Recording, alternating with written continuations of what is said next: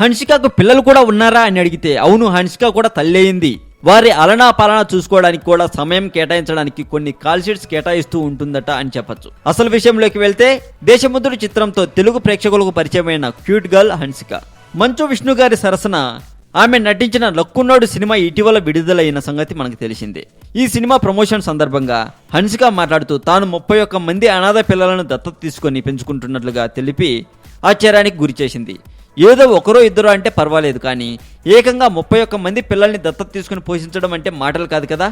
ఇంతటి మంచి కార్యక్రమాన్ని నిర్వహిస్తున్న హన్సికను మనం అభినందించ తీరాల్సిందే. ఇక 31 మందికి తల్లిగా మారిన హన్సిక గ్రేట్ అని చెప్పాలి.